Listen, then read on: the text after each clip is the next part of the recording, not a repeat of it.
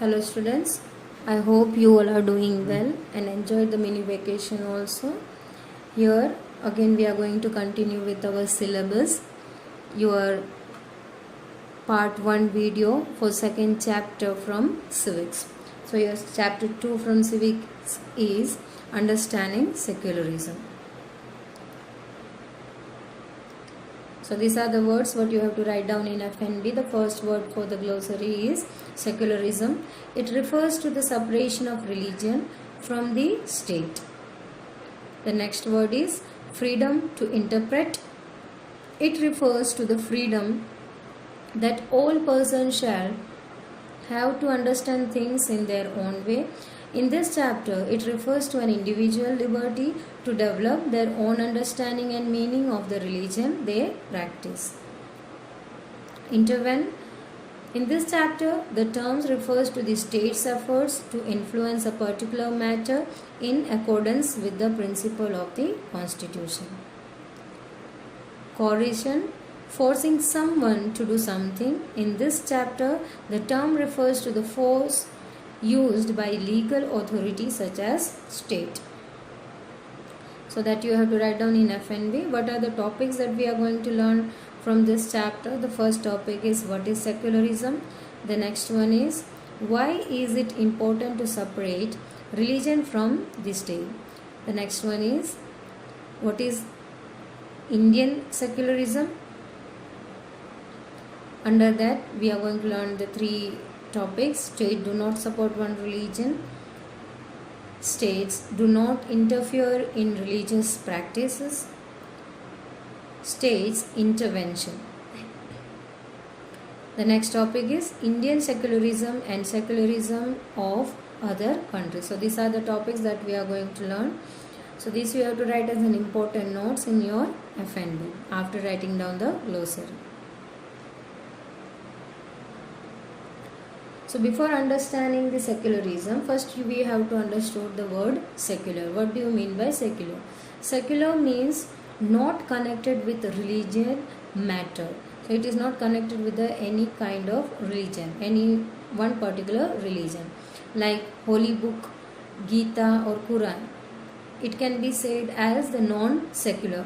Why? Because it is related with one religion. Like Gita is related to Hinduism and the Quran is related to the Muslim religion or Islamic religion. So because it deals with religious matter, whereas your civics book can be said as secular book. So it is not related to the religious matter. So it can be considered as a secular book. Then what is secular state? A state, here you have to understand, I am not talking about the individual state, I am talking about the country. That you have already understood in the previous chapter, that we are talking about a country. A state which does not officially promote any one religion as the state religion. So they are not officially promoting any one particular religion as a state religion. It is not followed in all by the whole country. Already you know majority of the India, which religion we are having? Hinduism. But our country is not promoting Hinduism. Here there are many other religions and which is being followed by the people. So the state doesn't promote any one particular religion. So that is called as secular state.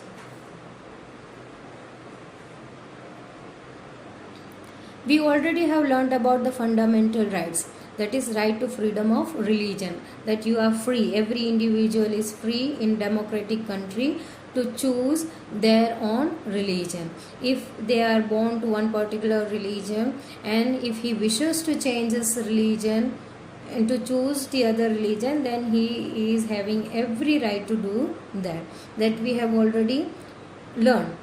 And the next, also the fifth feature of Indian Constitution, already somewhat thing we have learned about the secularism.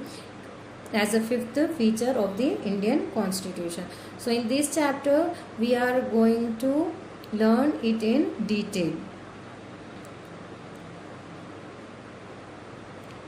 So if we have to choose religion, then it should be separated from the state.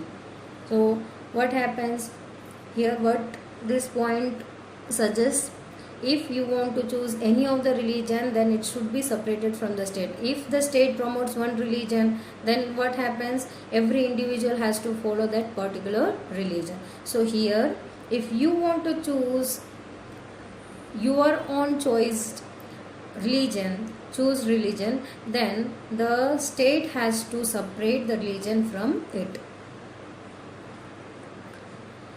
So here is our first topic, that is what is secularism. Imagine the religion freedom India with non-secular country. If you as a Hindu or Muslim living in USA where Christian fundamentalism is powerful, no one willing to give house on rent, how would this make you feel? And if you try to complain and if they ask you to go back in India. So here just imagine you are living in a non-secular country like as USA. So you as a Hindu and Muslim are living in USA where the majority religion is followed. Which religion? Christianity is followed in USA, and as they are in majority, they are the most powerful religion in that country, that is USA. So you as a Hindu and Muslim becomes minority. So if you just search for a house for a rent, and if they deny you to give as you are Hindu or as Muslim, so how would you feel? You will feel bad. And if you just complain about it, that what injustice has happened to you, then you will complain. And what will happen if by complaining it, if they ask you to go back to India, to just leave their country, and they ask go back to your own country if you want the facilities, then how would you feel? You will feel very bad, because you are minority, you are not able to utter a single word over there. You will not win over there because it is a non-secular country.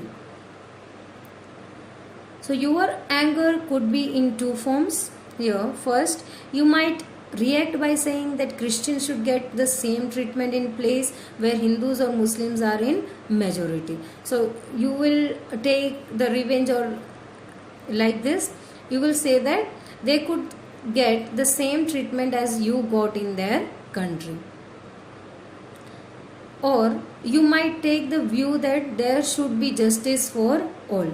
Equality, you will seek for equality, that it is not about the religion or majority or minority.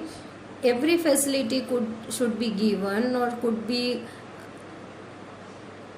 received by every individual of that particular country. So everyone should receive the equal facility. So you will ask for the justice as equal for each and everyone. You may state that nobody should be discriminated, excluded, and persecuted on the grounds of religion. You may feel the same also. Nobody should be discriminated or should not be excluded or should not be persecuted on the basis of what? On the basis of religions. Example over here, it is given from your textbook. Jews in the Germany during Hitler. So during the Second World War, he was against the Jews. So most probably he was killing the Jewish people in massacre. Then Muslims and Christians minority in Israel. Here, after this incident, the Second World War incident, Israel has formed or established their own country, one religious country, Jewish country, that is called as Israel. So here majority religion was being followed as Jewish. So here who will be in minority? Muslims and Christian would be in minority. So So power is in the hands of Jews, and in Germany the power was in the hands of Hitler because he was a German. So discrimination can happen in large scale also when one religion is given official recognition by the state at the expense of the other religion. Example, in India, Hindu in the majority, if they get the official recognition, and other religion in minority have to face the consequence. So discrimination can also happen in large scale if the state promotes or officially recognize one religion as state religion, so they will become majority. So they can discriminate, they can exclude, they can persecute, they can do whatever they want to do if they are being recognized as the official religion. So who has to face the consequence? The minority group, those who are living in that particular country, because every country is having many religions. It is not all about one religion. There are many religions who are settled in one country. So minority have to face all kind of consequence. If you have to protect individual rights against the state, then you have to adopt the secularism. So the above mentioned thing should not be happen. Then you have to get the rights, so you should get the individual rights to protect yourself. So what you have to adopt over here is secularism. Secularism give that right. So religious neutrality of the state is very important. The state should be separated from the religion.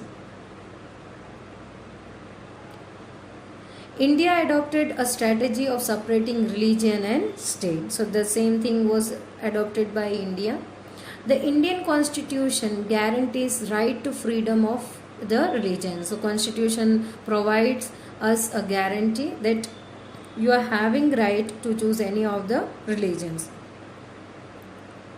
Example, India is having majority religion as Hindu, already you know about that, but they will not get any special benefit they are in majority. So here secularism means to give equality to every religion. So minority will also get the same facility what it is given to the Hindus who are in majority. So there is no kind of discrimination faced by the minority. Secularism refers to the separation of religion from the state. Already we have understood that. So secularism also refers that the state is separated from the religion. What is your idea about religious tolerance?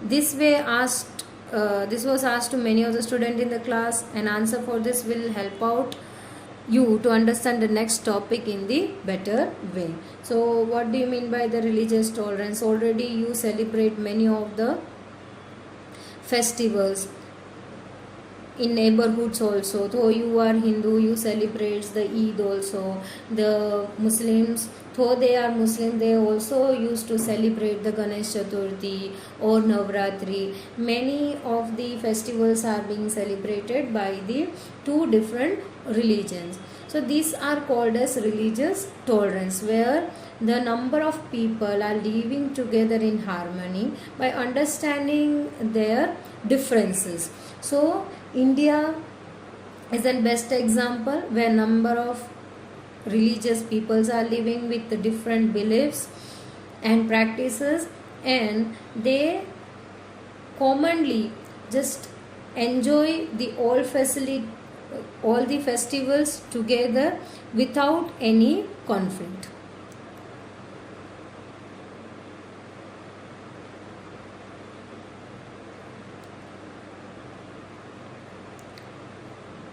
So why is it important to separate the religion from the state? To separate religion from the state, this is important for the country to function democratically. So this topic we are going to learn in the next video. Till then, stay tuned. Thank you.